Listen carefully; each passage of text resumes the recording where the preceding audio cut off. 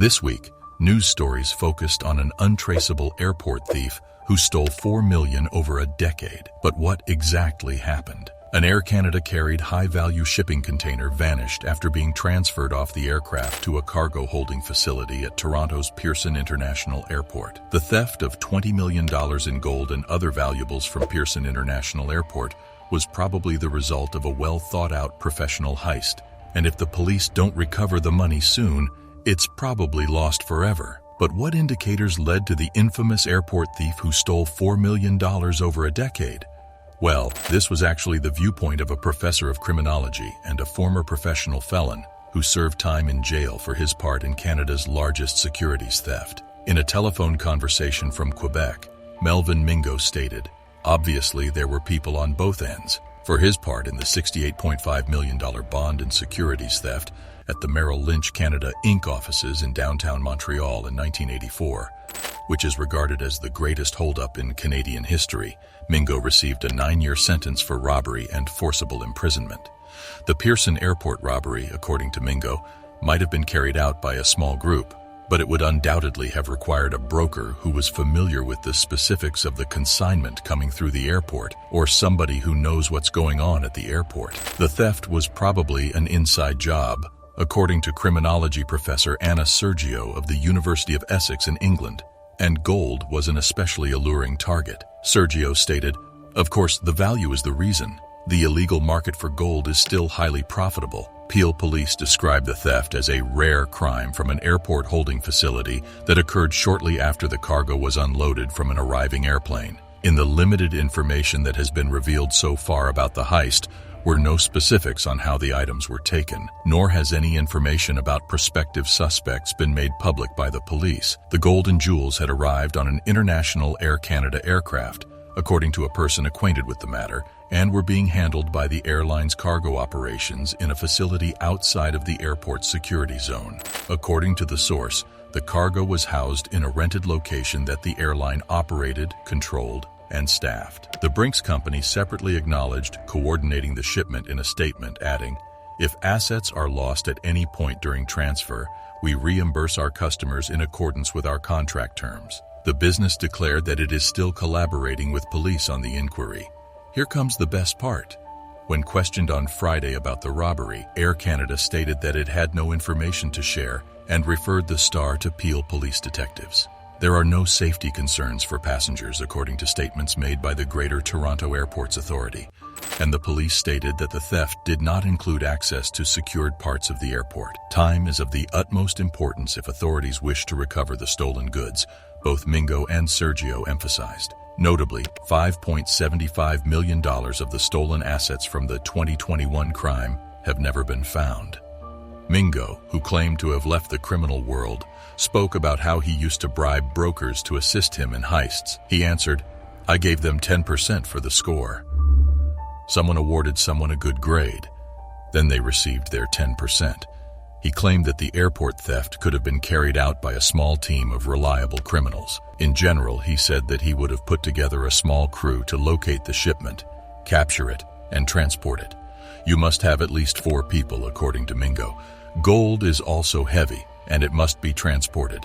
Gold has the benefit of being simple to make untraceable since it can be melted down rapidly, and there are many locations that can arrange this." He claimed, "I knew a criminal who worked in a smelting facility. You must have faith in people." Gold was trading at almost $2,000 per ounce as of Tuesday afternoon, not far from the record high reached in the early months of the epidemic. Sergio agreed with the notion that the robbery was probably a one-time event.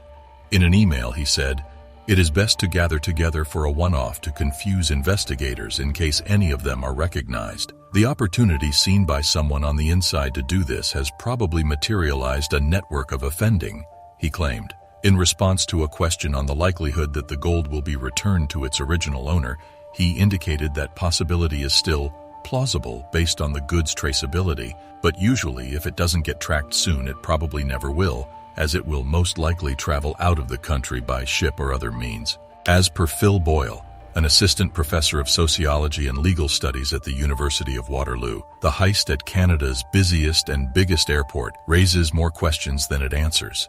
In his words, "I don't see this as a breach of airport security per se, but without a doubt, there was a breakdown in information control, and someone who worked directly for the airport, customs, or the shipping company had to have given some information to alert people to the opportunity that was there. Investigators have nothing fresh to disclose," said to Peel Regional Police spokesman Const.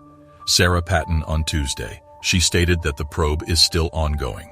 The Greater Toronto Airports Authority, which manages the airport, stated in a statement to CBC News that burglars entered the open side of a warehouse that was rented to a third party, even though it was outside of its main security perimeter. The high-profile crime has received worldwide notice, and many people are perplexed as to how such a blatant robbery is even feasible. There are still a lot of unresolved issues because of how secretive the police are about their investigation. Here is a list of what is known and unknown about what transpired at Pearson.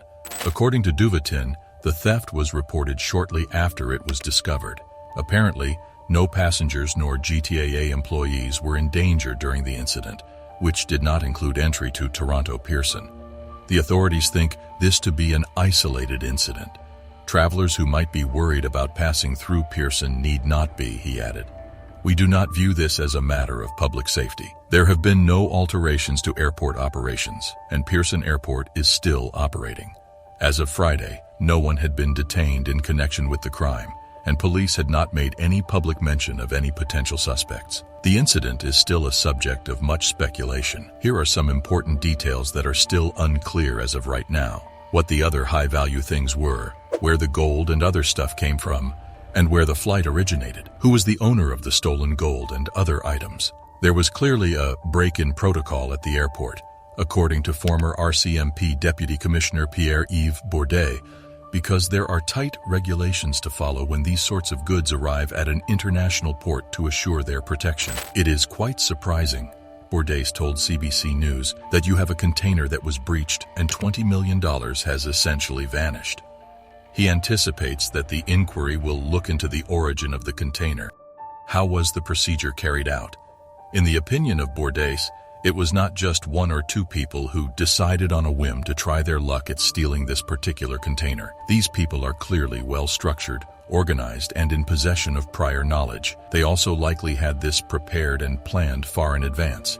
"Everything was probably quite planned simply to assure their endeavor's success," the man stated. Although the Canada Border Services Agency and Peel Regional Police have assumed the lead in the investigation, Bourdet thinks they will also be engaged. Airports are only one of the many access routes into the nation that organized crime has invaded, according to the Canadian Security Intelligence Service.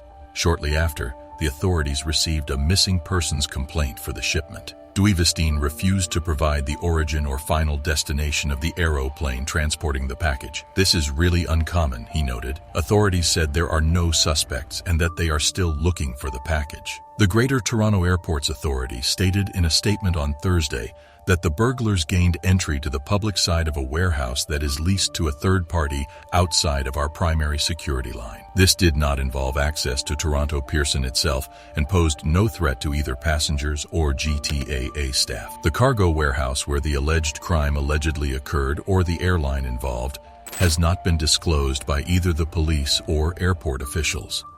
The stolen package was initially reported by the Toronto Sun, which claims to have seen a confidential memo stating that TD Bank owned the gold and cash and that Air Canada was the carrier. The gold was being handled by Air Canada's cargo division when it went missing, according to the Globe and Mail, which cited an unnamed source. In Toronto, Air Canada maintains a sizable freight facility. Remember to subscribe to our channel to get the latest news from the world of crime and investigation. The Royal Canadian Mounted Police have reportedly been called in to investigate, according to Bloomberg. So, dear viewers, the tale of the $20 million airport robbery endures as a tribute to the genius of human thought, the fascination with the unusual, and the never-ending search for the impossibly difficult.